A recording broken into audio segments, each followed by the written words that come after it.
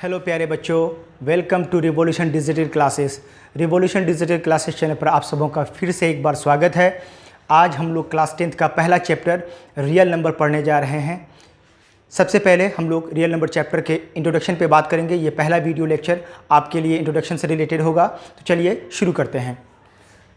तो वास्तविक संख्या या रियल नंबर किसे कहते हैं? इन जनरली अगर हम लोग बात करें तो वास्तविक संख्या किसे कहेंगे?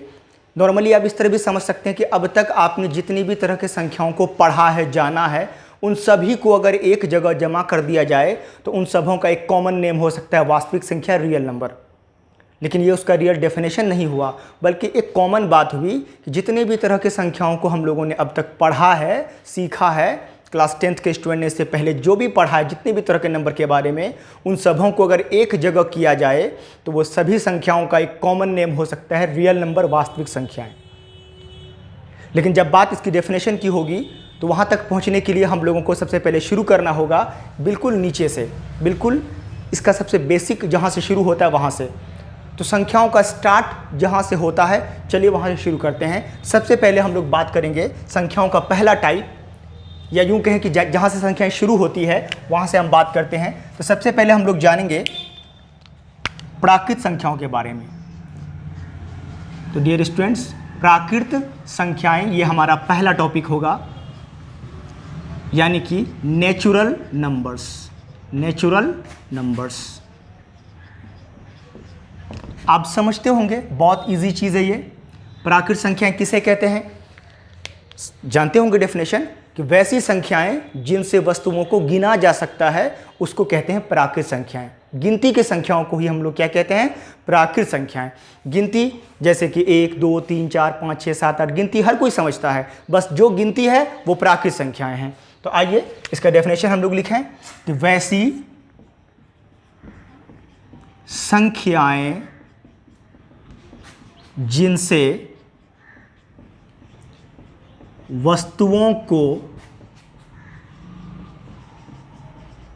गिना जा सके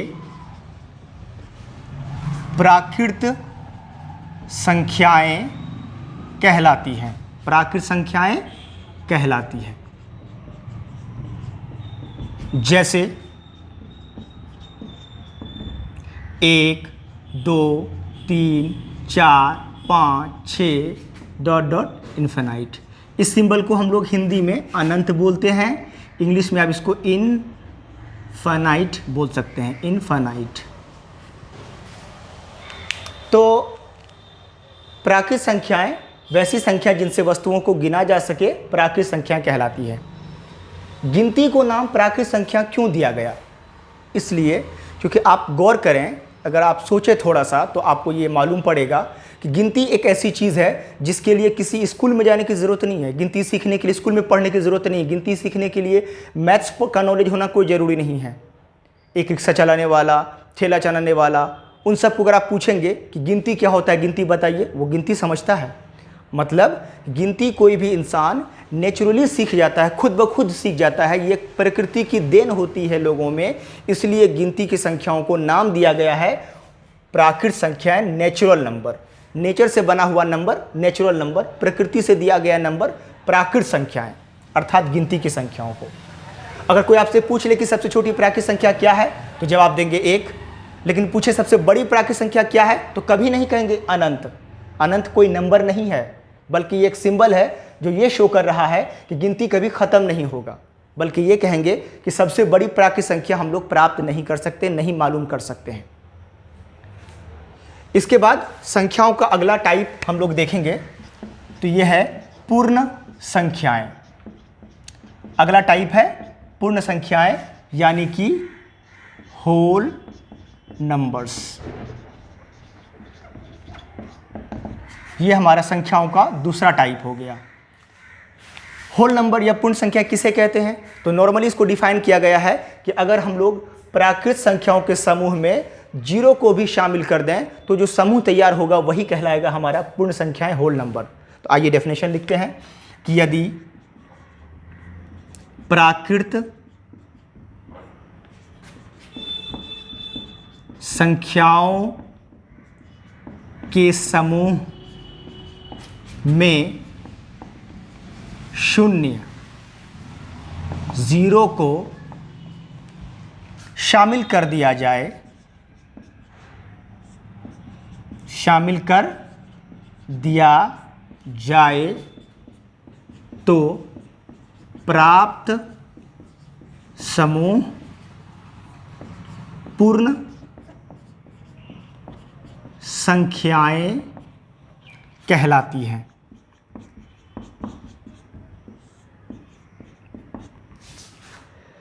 पूर्ण संख्या किसे कहे? अगर हम लोग प्राकृत संख्या जो कि गिनती की संख्याएं हैं उनमें अगर एक मेंबर 0 को भी शामिल कर दें तो जो समूह तैयार होगा उसको हम कहेंगे पूर्ण संख्या यानी कि होल नंबर। एग्जाम्पल में लिख सकते हैं, जैसे देखिए 1 2 3 4 5 6 डॉट डॉट इन्फिनाइट, ये क्या था? आपका प्राकृत संख्याओं का समूह था। इसमें बस 0 को अटैच कर दिए तो अब जो समूह तैयार हुआ हम उसको क्या कहेंगे? पूर्ण संख्याओं का समूह यानी कि होल नंबर कहेंगे। ठीक उसी प्रकार अगर आपसे कोई पूछ ले कि सबसे छोटी पूर्ण संख्या क्या होती है तो आप क्या जवाब देंगे? 0। सबसे छोटी पूर्ण संख्या 0, लेकिन सबसे बड़ी पूर्ण संख्या नहीं मालूम कर सकते, नहीं बता सकते हैं। ओके, अच्छा एक सवाल यहाँ पर कोई आपसे अगर पूछ ले कि 2 क्या है, पूर्ण संख्या है या प्राकृत संख्या है, तो बिल्कुल प्राकृत संख्याओं के समूह में मौजूद है तो ये प्राकृत संख्या भी है, पूर्ण संख्याओं के समूह में मौजूद है तो ये पूर्ण संख्या भी है। ठीक है, उसी तरह 3 4 5 6 ये सब क्या है? पूर्ण संख्या भी है और प्राकृत संख्या भी है। लेकिन कोई पूछे 0 क्या है, पूर्ण या प्राकृत, तो 0 केवल पूर्ण संख्या होगी, यहाँ पर प्राकृत संख्या नहीं होगी। मतलब 0 को छोड़कर जितने भी नंबर यहाँ पर हैं पूर्ण संख्याओं के समूह में वो सभी प्राकृत तो हैं ही, साथ साथ पूर्ण संख्या भी है, लेकिन 0 केवल पूर्ण संख्या में आ गया। तो यह था आपका पूर्ण संख्या। इसके बाद अगला टाइप आपका शुरू होगा पूर्णांक संख्याएं।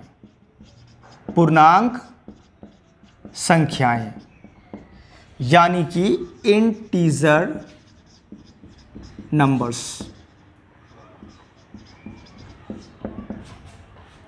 पूर्णांक संख्याएं किसे कहते हैं? इसको भी डिफाइन किया गया बहुत नॉर्मल वे में। प्राकृत संख्याओं से ही सबका डेफिनेशन जोड़ेंगे, क्योंकि वही एक प्राकृत संख्या नेचुरल नंबर है जो सेल्फ डिफाइन है। गिनती को प्राकृत संख्या कहा हमने, और गिनती के लिए कोई मैथ का नॉलेज होना जरूरी नहीं है, गिनती हर कोई समझता है। बस गिनती में 0 को शामिल किया तो पूर्ण संख्याओं का समूह। अब देखते हैं पूर्णांक संख्याओं का समूह किसे कहते हैं। तो पहले डेफिनेशन देख लेते हैं कि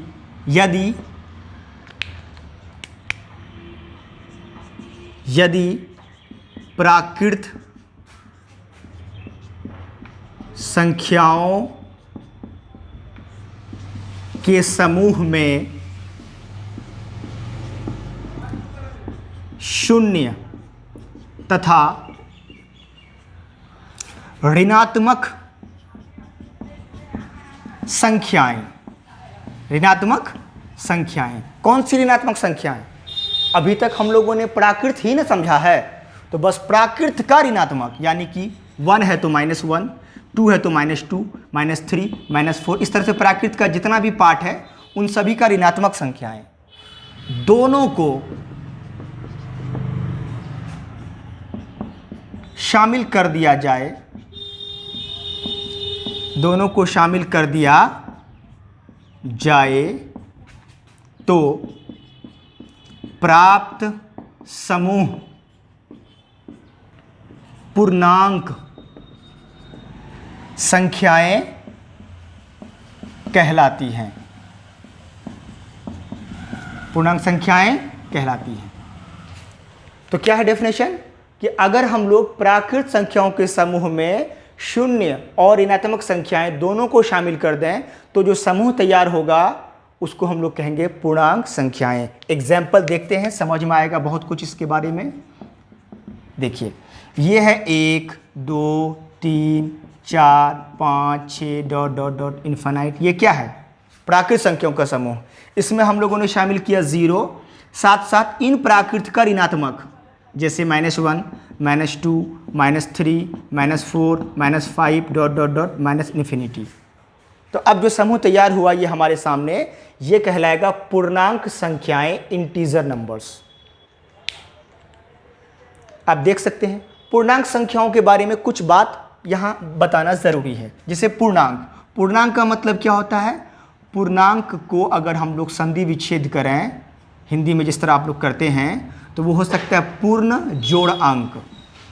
पूर्ण और अंक ये कहलाता है पूर्णांक। पूर्ण माने होता है पूरा, और अंक यानी कि जो भी संख्याएं अंक आपके सामने होगा, यानी अंक यहाँ पूरा होगा। इसका टुकड़ा के रूप में ये नहीं रहेगा, ये जो भी रहेगा पूरा रहेगा। इसलिए कहा जाता है पूर्णांक संख्याओं के बारे में एक और बात कि पूर्णांक संख्या बटे में कभी नहीं होगा। गिनती का निगेटिव और जीरो ये तीनों मिलाकर हमारा कहलाता है पूर्णांक संख्या, इंटीजर नंबर। इंटीजर के बारे में एक बात, ये भी एक सेंटेंस दिमाग में बैठा के रखेंगे आप कि पूर्णांक संख्याएं बटे में कभी नहीं होती है। तो ये आपके सामने है पूर्णांक संख्याओं। इनमें कुछ चीज़ समझना ज़रूरी है। आप ये देख लें यहाँ पर कि प्राकृत संख्या जितनी भी मौजूद है ये यहाँ से पूरा, ये आपका कहलाएगा धनात्मक पूर्णांक। धनात्मक पूर्णांक यानी कि पॉजिटिव इंटीजर। अच्छा, -1 से जो -∞ तक इधर लिखा हमने, ये आपका कहलाएगा ऋणात्मक पूर्णांक। ऋणात्मक पूर्णांक यानी इसको आप कह सकते हैं निगेटिव इंटीजर।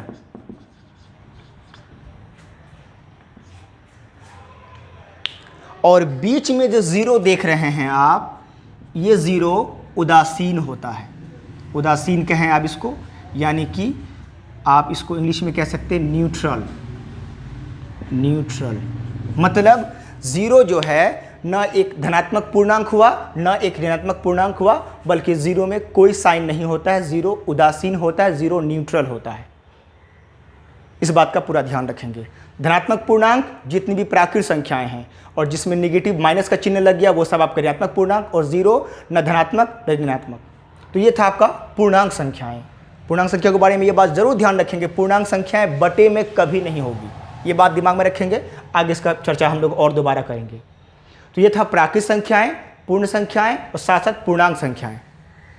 तो इसका स्क्रीनशॉट आप चाहें तो ले सकते हैं, आप चाहें तो इसको वीडियो को पॉज करके इसको नोट कर लें, फिर हम लोग आगे बढ़ते हैं। हम लोगों ने अब तक क्या सीखा?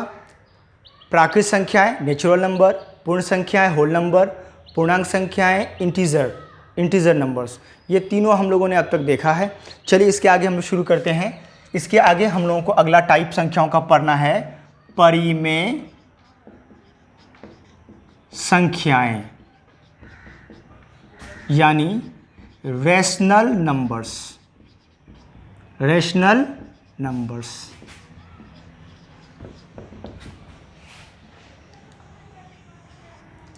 परिमेय संख्याएं किसे कहते हैं? Rational number. तो डेफिनेशन आप समझते होंगे कि वैसी संख्याएं जिन्हें p/q के रूप में लिखा जा सके, जहां p तथा q पूर्णांक हो लेकिन q नॉट इक्वल टू 0, तो परिमेय संख्या कहलाती है। ये तो एक नॉर्मल डेफिनेशन है। पहले इस डेफिनेशन को लिख देते हैं, उसके बाद फिर इस पर बात करते हैं कि आखिर ये कहना क्या चाह रहा है। चलिए, तो कहते हैं कि वैसी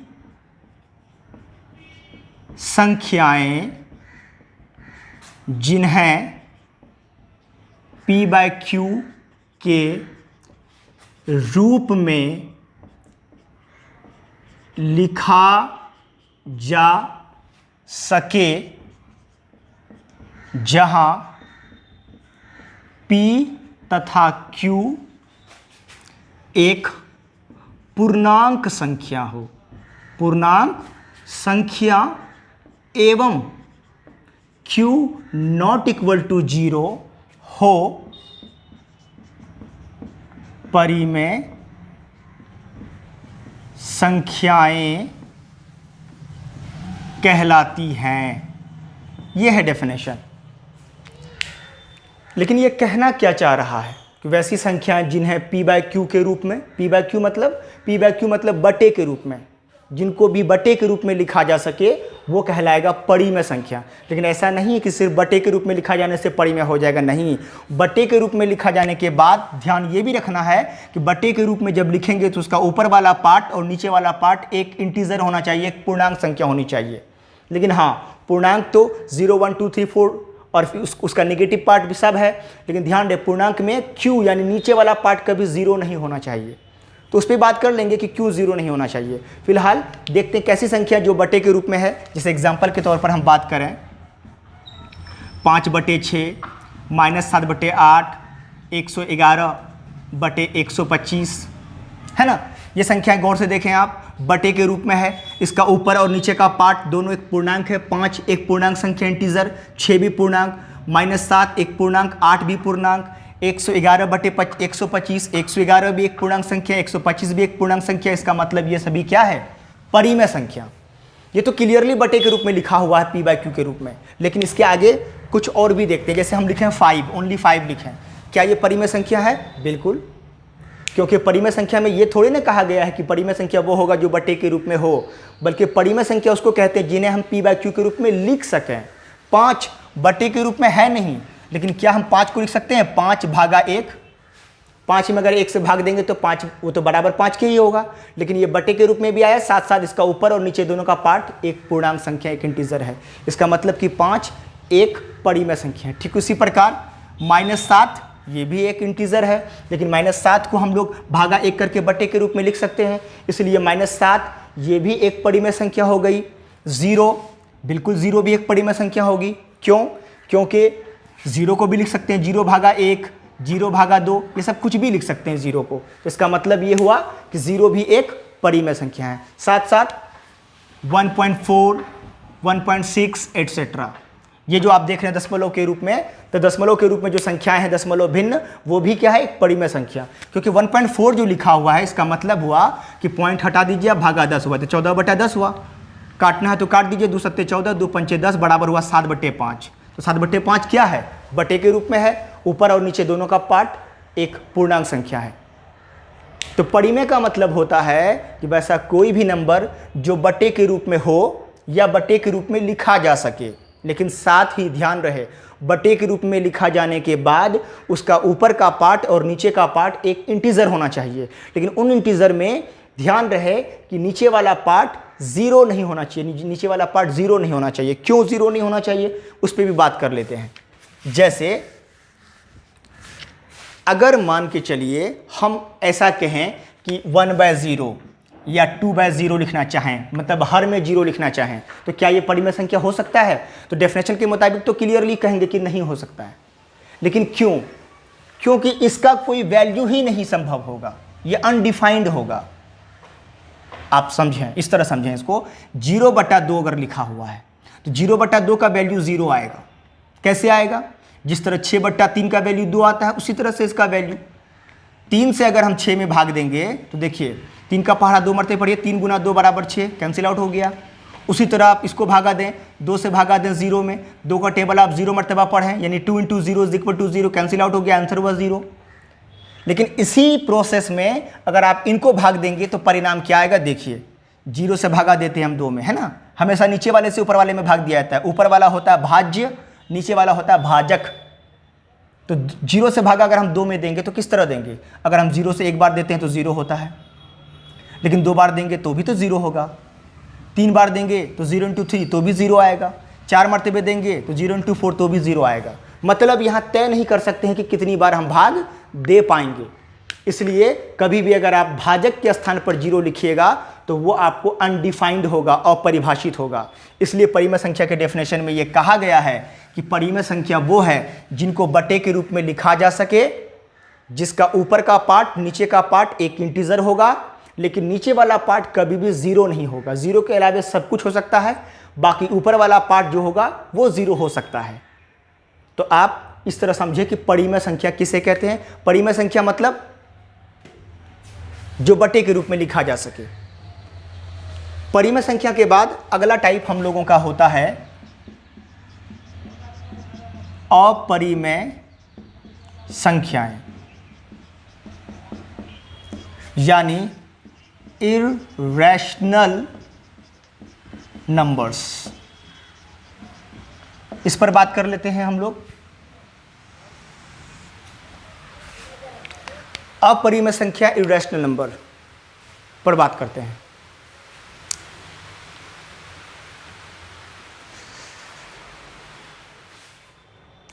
तो हम लोग बात कर रहे थे अपरिमेय संख्या इरेशनल नंबर के बारे में। तो पहले इसका डेफिनेशन हम लोग देख लेते हैं।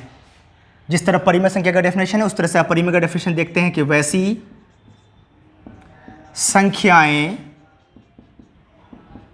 जिन्हें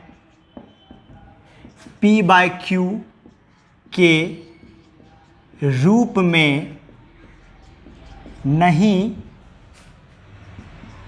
लिखा जा सके अपरिमेय संख्याएं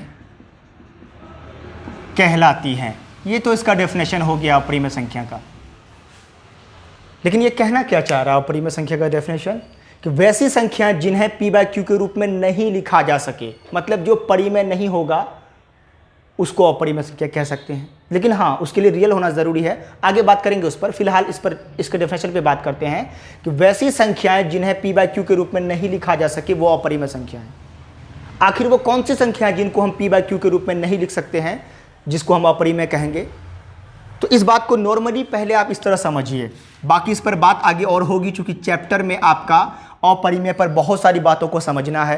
अपरिमेय को हम लोगों को अपरिमेय सिद्ध भी करना है, और दशमलव प्रसार जब हम पढ़ेंगे तो ये डेफिनेशन अच्छी तरह से हमको समझ में आएगा। फिलहाल काम चलाने के लिए हम लोग देखते हैं कि इसमें क्या हम लोग समझ सकते हैं। तो सबसे पहली बात, आप लोगों ने रूट पढ़ा होगा, मूल, square root, cube root, fourth root, fifth root, और उस रूट का वैल्यू निकालने आया होगा आपको, है कि नहीं? जैसे अगर स्क्वायर रूट की बात करें तो रूट 4 का वैल्यू होता है 2, रूट 9 का वैल्यू होता है 3। कैसे ये हो रहा है? तो ऑर्डर 2 है, 2 का स्क्वायर हुआ इसलिए वैल्यू निकला 2। उसी तरह घनमूल की बात करें, क्यूब रूट 8 का वैल्यू हुआ 2, क्यूब रूट 27 का वैल्यू हुआ 3। फोर्थ रूट की बात करें तो फोर्थ रूट 16 है ना, यानी कि फोर्थ रूट 16 का मतलब 2 पे पावर 4। ऑर्डर और बेस का पावर सेम होने पर वो बाहर आएगा, यही उसका वैल्यू निकालने का तरीका है। ये रूट आप लोगों ने पढ़ा होगा। तो जिन संख्याओं का रूट आपको प्राप्त हो जाता है, जिन संख्याओं को रूट का एग्जैक्ट वैल्यू आपको मालूम हो जाता है, वो सभी संख्याएं परिमेय रेशनल में आएंगी। लेकिन जिन संख्याओं का रूट, चाहे वो स्क्वायर रूट हो, क्यूब रूट हो, फोर्थ रूट हो, फिफ्थ रूट हो, या आगे जो भी ऑर्डर का रूट लिया जाए, अगर उनका वैल्यू एग्जैक्टली आप प्राप्त नहीं कर पा रहे हैं तो आप उनको अपरिमेय संख्या इरेशनल नंबर के कैटेगरी में रख सकते हैं। मतलब एग्जाम्पल अगर हम लिखना चाहें, जैसे रूट 2, रूट 3, रूट 4 नहीं लिख सकते हैं क्योंकि 4 का वर्गमूल होता है 2। रूट 3 लिख चुके हैं, root 5, root 6, root 7, root 8, but root 9 नहीं होगा क्योंकि 9 का वर्गमूल हो जाएगा 3, वो परिमेय में आ जाएगा। उसी तरह क्यूब रूट का कुछ एग्जांपल्स अगर लिखना चाहें, cube root 2, cube root 6, cube root 10, fourth root का example fourth root 10, fourth root 15 etcetera. ये सभी संख्याएं जिनके मूल प्राप्त नहीं हो सकते हैं, वे सभी संख्याएं अपरिमेय संख्या इरेशनल नंबर के कैटेगरी में आते हैं। यही वो संख्याएं जिनको हम p/q के रूप में नहीं लिख पाएंगे। कैसे नहीं लिख पाएंगे, इस पर बात आगे होगी, इस पर चर्चा आगे होगी। फिलहाल अभी आप नॉर्मल वे में इतनी बात याद रख सकते हैं कि वैसी संख्याएं जिनका मूल रूट प्राप्त नहीं हो एग्जैक्टली, वो सभी अपरिमेय संख्याओं के कैटेगरी में आएगा। अपरिमेय के कैटेगरी में एक बहुत ही फेमस चीज पाई भी आता है। पाई के बारे में आप जानते होंगे कि पाई किसे कहते हैं। पाई के बारे में अगर हम बात करें तो पाई किसे कहते हैं, डिफाइन किया जाए अगर पाई को, तो इस तरह किया जा सकता है कि जैसे एक सर्कल है, वृत्त है, तो किसी भी वृत्त में उसके परिधि और उसके व्यास का जो रेशियो होता है वो हमेशा कांस्टेंट होता है, नियत होता है, और उसी कांस्टेंट को डिनोट किया गया है पाई द्वारा। मतलब परिधि बटे व्यास बराबर होता है पाई। परिधि बटा व्यास, जब भी किसी दो, जैसे छोटा वृत्त भी अगर हम लें, इसका परिधि भी ले लें और इसका व्यास भी ले लें और उनका रेशियो निकालें, तो वो भी एग्जैक्ट एक ही नंबर लगभग निकलेगा। इसलिए किसी भी वृत्त के परिधि और व्यास का अनुपात हमेशा नियत होता है और उसको डिनोट किया गया है पाई के द्वारा। और ये पाई को दर्जा दिया गया है रियल नंबर का, वास्तविक संख्या। पाई सिंबल होते हुए भी नंबर की तरह काम करता है, नंबर है ये रियल नंबर। और पाई को अपरिमेय संख्या की कैटेगरी में रखा गया है। क्यों? क्योंकि पाई का जो वैल्यू होता है 3.14159 आगे जो भी हो, मतलब पाई का मान दशमलव के बाद अशांत अनावर्ती, अशांत अनावर्ती मतलब दशमलव के बाद इनफाइनाइट तक डिजिट आएगा और कोई पैटर्न नहीं होगा, कोई एक पैटर्न आपको कभी नहीं मिलेगा, जिसके वजह से आप उनको p/q के रूप में कभी नहीं बदल पाएंगे। इसलिए पाई आपका हो जाएगा अपरिमेय संख्या, इरैशनल नंबर। याद रखेंगे आप, जिस तरह रूट वाला एग्जाम्पल पाई का उदाहरण है, सॉरी अपरिमेय का उदाहरण है, उसी तरह से पाई भी अपरिमेय संख्या का उदाहरण है। रूट वाले नंबर के पीछे भी यही कॉन्सेप्ट है, जिनका रूट प्राप्त नहीं हो पाता है उनका वैल्यू दशमलव के रूप में जो आता है वो अशांत अनावर्ती के रूप में आता है, अशांत अनावर्ती। इसलिए इन सबों को अपरिमेय संख्या के करीब रखा गया है, क्योंकि आप इन्हें p/q के रूप में नहीं बदल सकते हैं। तो ये था आपका अपरिमेय संख्या। और भी आगे बात होगी इस पर, हम लोग बात इस पर आगे करेंगे। फिलहाल इसको मिटाते हैं। अगला टॉपिक हम लोगों का है, इसके बाद हम लोग पढ़ेंगे वास्तविक संख्याएं, जो हमारा चैप्टर था।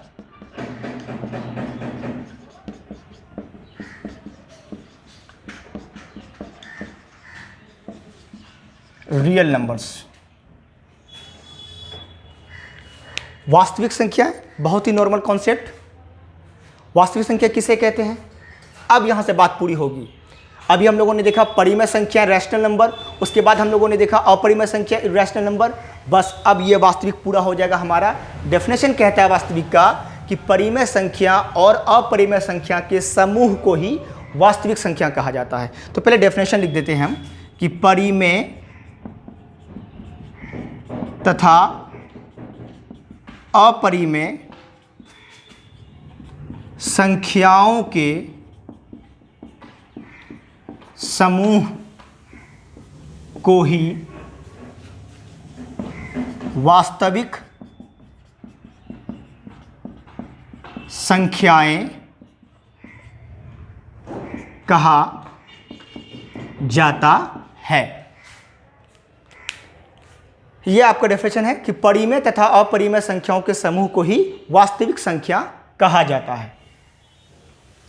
तो डेफिनेशन तो बहुत कॉमन है कि जो आपका परिमेय संख्या जो आप लोगों ने पढ़ा और जो आप लोगों ने अपरिमेय पढ़ा, उन दोनों को अगर एक जगह मिला दिया जाए, एक समूह उसका बना दिया जाए, तो हम उसको कहते हैं वास्तविक संख्याएं। वास्तविक संख्या अलग से कुछ नहीं है। जो आप लोगों ने परिमेय पढ़ा, जो आप लोगों ने अपरिमेय पढ़ा, उन दोनों को मिला दीजिए, जो समूह तैयार हुआ वो हुआ वास्तविक संख्या, रियल नंबर। यही आपका चैप्टर था। इस तरह से हम लोगों ने रियल नंबर चैप्टर के हर एक नंबर के टाइप्स को पूरा किया। अब हम लोग रियल नंबर का फुल क्लासिफिकेशन भी कर लेते हैं। चलिए आगे हम लोग देखते हैं इसका क्लासिफिकेशन पूरा देखें। हाँ तो बच्चों, अब तक हम लोगों ने पढ़ा प्राकृत संख्याएं, पूर्ण संख्याएं, पूर्णांक संख्याएं, परिमेय संख्याएं, अपरिमेय संख्याएं और अंत में वास्तविक संख्याएं। यानी वास्तविक से पहले जितनी भी संख्याओं को हम लोगों ने पढ़ा, उनको अगर एक जगह किया जाए, उनका एक समूह बनाया जाए, तो वो सारा हो जाएगा वास्तविक संख्या, रियल नंबर। वास्तविक संख्या मतलब जिसका कोई एग्जिस्टेंस हो, जिसका कोई वैल्यू हो, जिसका कोई मतलब हो। लेकिन अब हम जो क्लासिफिकेशन करने जा रहे हैं, बात संख्याओं से करते हैं, नंबर से करते हैं। जैसे अगर हम बात करें इस ब्रह्मांड में कितनी चीज़ें हैं, अगर हम सजीव चीज़ों की बात करें ब्रह्मांड में, तो कुछ चीज़ें ऐसी है जिसका एग्जिस्टेंस है, जो वाकई में है इस धरती में, जैसे मनुष्य, जानवर, कीड़े मकोड़े, इन सब का एग्जिस्टेंस है, वाकई में ये सब चीज़ है, हम लोगों ने देखा है। कुछ चीज़ें ऐसी भी है जिनका एग्जिस्टेंस बिल्कुल नहीं है, हम लोगों ने अब तक नहीं देखा है, जैसे भूत, प्रेत, आत्मा, ऐसी चीज़ें जो काल्पनिक हैं, जिनको हम लोगों ने देखा तो नहीं है, बस हम लोग इमेजिन करते हैं कि शायद होगा।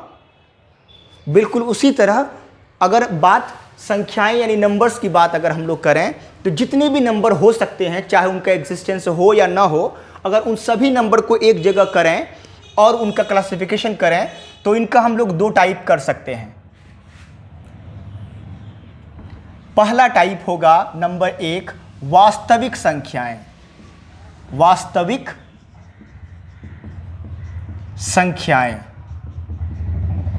यानी कि रियल नंबर्स और दूसरा काल्पनिक संख्याएं, यानी इमेजिनरी नंबर्स।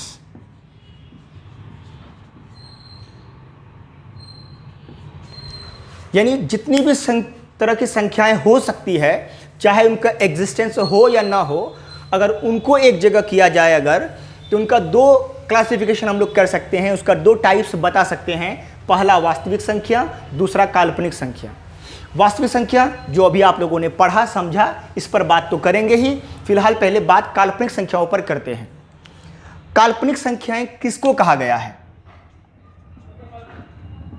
ऐसे हम लोगों में बहुत कंफ्यूजन है, बहुत तरह की संख्याओं को हम लोग काल्पनिक कह देते हैं, लेकिन मैं आपको बता दूं काल्पनिक संख्या का मतलब होता है वैसी संख्या, जैसे हम लोगों ने रूट पढ़ा था, रूट वर्गमूल, रूट में जो स्क्वायर रूट हम लोगों ने पढ़ा था, तो हम लोग ध्यान दीजिए आप कि हम लोग रूट जो है हमेशा पॉजिटिव नंबर का निकाला करते थे, लेकिन कभी अगर नेगेटिव नंबर का रूट ले लें, जैसे कि root under -1, root under -2, root under -3, root under -4 dot dot dot etcetera, तो इनको हम लोग काल्पनिक संख्या के कैटेगरी में रख सकते हैं।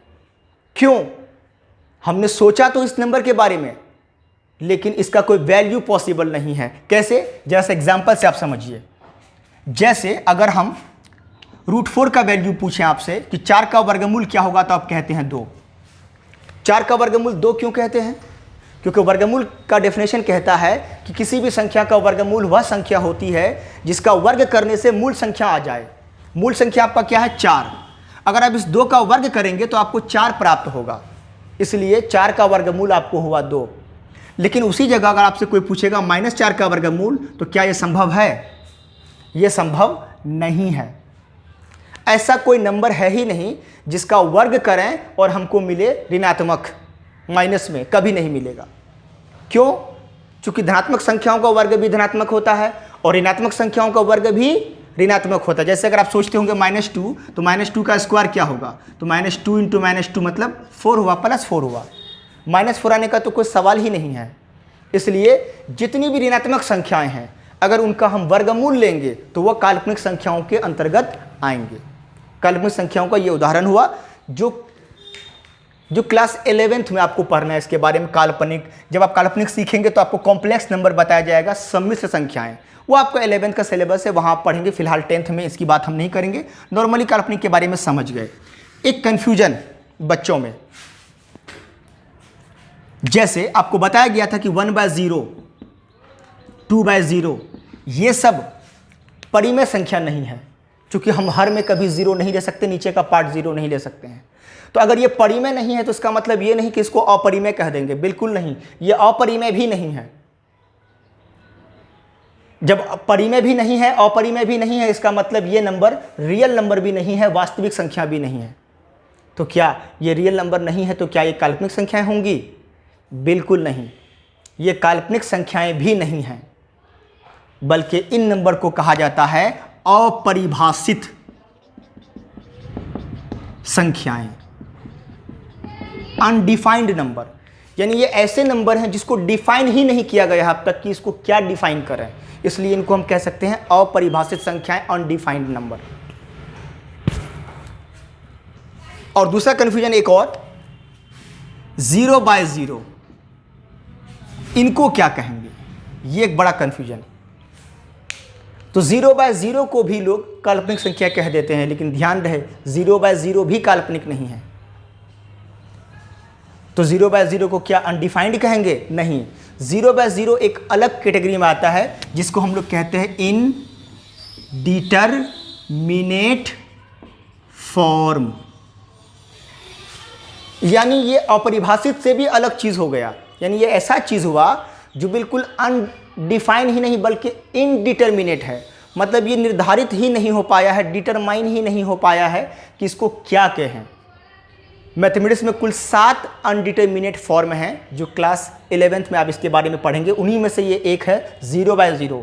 ध्यान रहे, 0/0 को ना आप परिमेय मानेंगे, ना अपरिमेय मानेंगे, ना ही वास्तविक मानेंगे, ना ही काल्पनिक मानेंगे, ना ही अनडिफाइंड कहेंगे, बल्कि 0/0 को क्या बोलेंगे? Indeterminate form.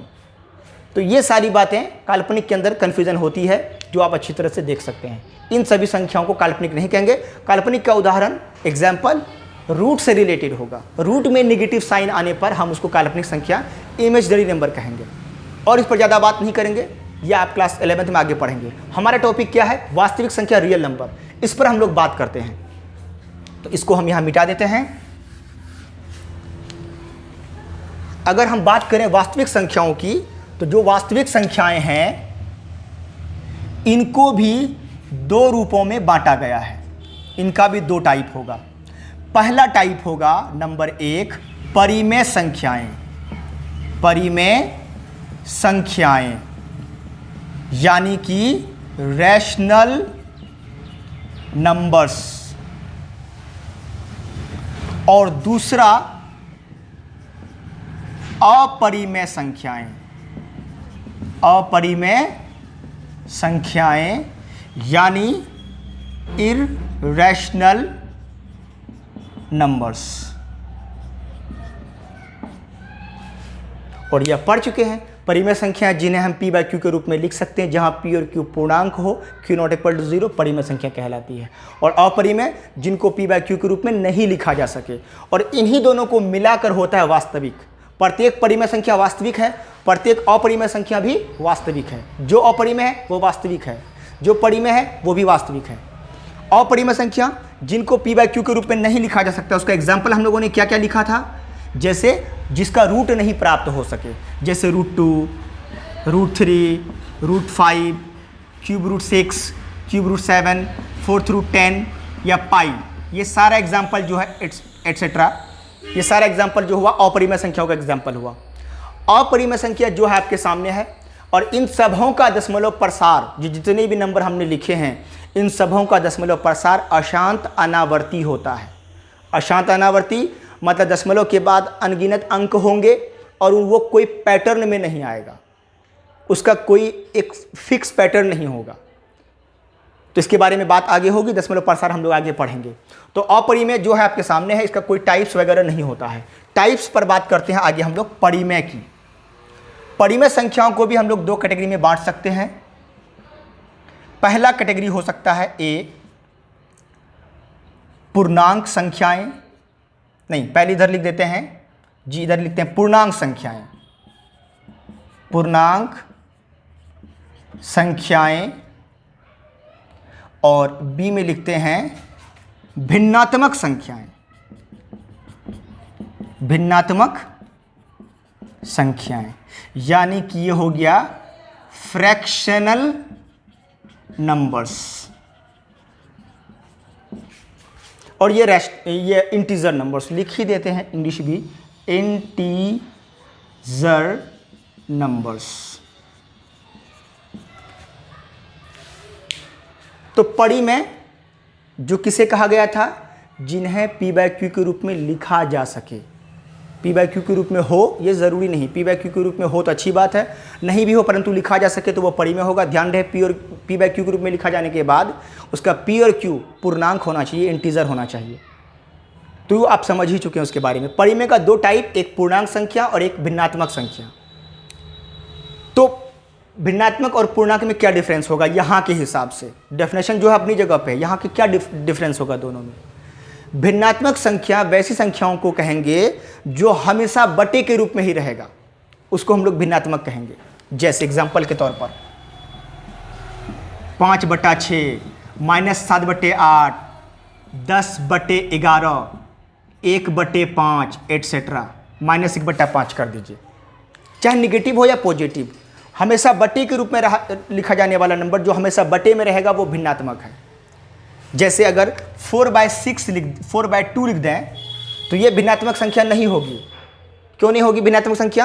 क्योंकि 4/2 का वैल्यू होगा 2 और ये बटे के रूप में नहीं है। और जो बटे के रूप में नहीं होगा हम उसको बोलेंगे पूर्णांक संख्या, इंटीजर नंबर। पूर्णांक संख्या का डेफिनेशन जो बताया गया वो तो अपनी जगह पे है, लेकिन पूर्णांक संख्याओं के डेफिनेशन में एक बात ये भी कहा गया था कि जो पूर्णांक संख्या बटे में कभी नहीं होगा वो पूरा अंक होगा हमेशा।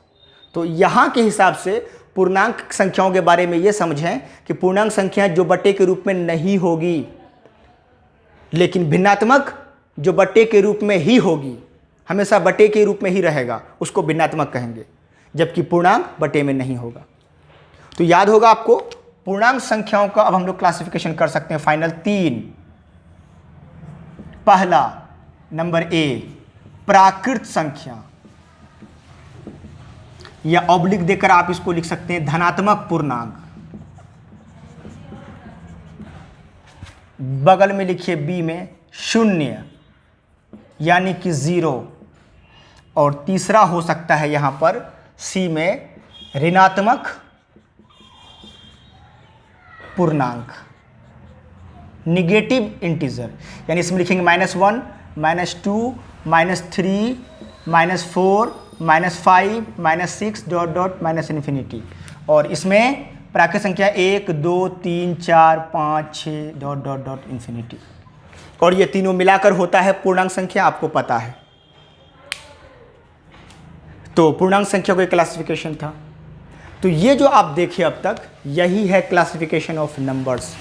अगर हम इस पार्ट को छोड़ दें, ये वाला पार्ट को छोड़ दें, ये मेरे काम का पार्ट नहीं है। हमारा क्लास 10 का टॉपिक शुरू होता है वास्तविक संख्या, रियल नंबर से। रियल नंबर वो सारा नंबर जिसका अपना कोई एक फिक्स वैल्यू हो, जो एग्जिस्ट करता हो, जिसका अपना एक रियल मान हो, वैल्यू हो, उन सबों को एक जगह करेंगे। 2 रूपों में बांटा गया है, पहला परिमेय, दूसरा अपरिमेय। अपरिमेय जिनका मूल प्राप्त नहीं हो सकता है वो अपरिमेय। साथ साथ एक और एग्जांपल पाई। परिमेय संख्याएं जिसका 2 टाइप्स होता है, एक पूर्णांक और एक भिन्नात्मक। पूर्णांक वो जो बटे के रूप में बिल्कुल नहीं रहेगा, भिन्नात्मक वो जो हमेशा बटे के रूप में ही रहेगा, सॉल्व होने के बाद भी बटे के रूप में। जैसे 4/2 सॉल्व होने के बाद बटे के रूप में नहीं रहा तो ये हो जाएगा पूर्णांक। लेकिन अगर वहीं पर लिखे 4/6 कर दें अगर हम, तो ये देखिए 2 दूनी 4, 2 तिया 6, ये क्या गया 2/3। इसका मतलब कि ये हो गया भिन्नात्मक संख्या, भिन्नात्मक का एग्जाम्पल हो गया। लेकिन जो बटे के रूप में नहीं रहेगा, सॉल्व होने के बाद वो बटे के रूप में नहीं रहेगा, तो वो उसको हम क्या कह सकते हैं, पूर्णांक संख्या। तो ये था आपका क्लासिफिकेशन ऑफ नंबर्स। तो इस पहले वीडियो लेक्चर में आपने सीखा कि संख्याएं और उनके प्रकार के बारे में हम लोगों ने बात किया, नंबर और उनके टाइप्स के बारे में बात हो चुकी है। अब अगले नेक्स्ट वीडियो में हम लोग बात करेंगे संख्याओं के गुण, प्रॉपर्टी ऑफ नंबर। ये नेक्स्ट वीडियो में हम लोग पढ़ेंगे। इसको अच्छी तरह से देखें, समझें, और इस पर प्रैक्टिस भी आप अच्छी तरह से कर लें। आप चाहें तो उसको वीडियो को पॉज करके स्क्रीनशॉट ले सकते हैं। Thank you very much.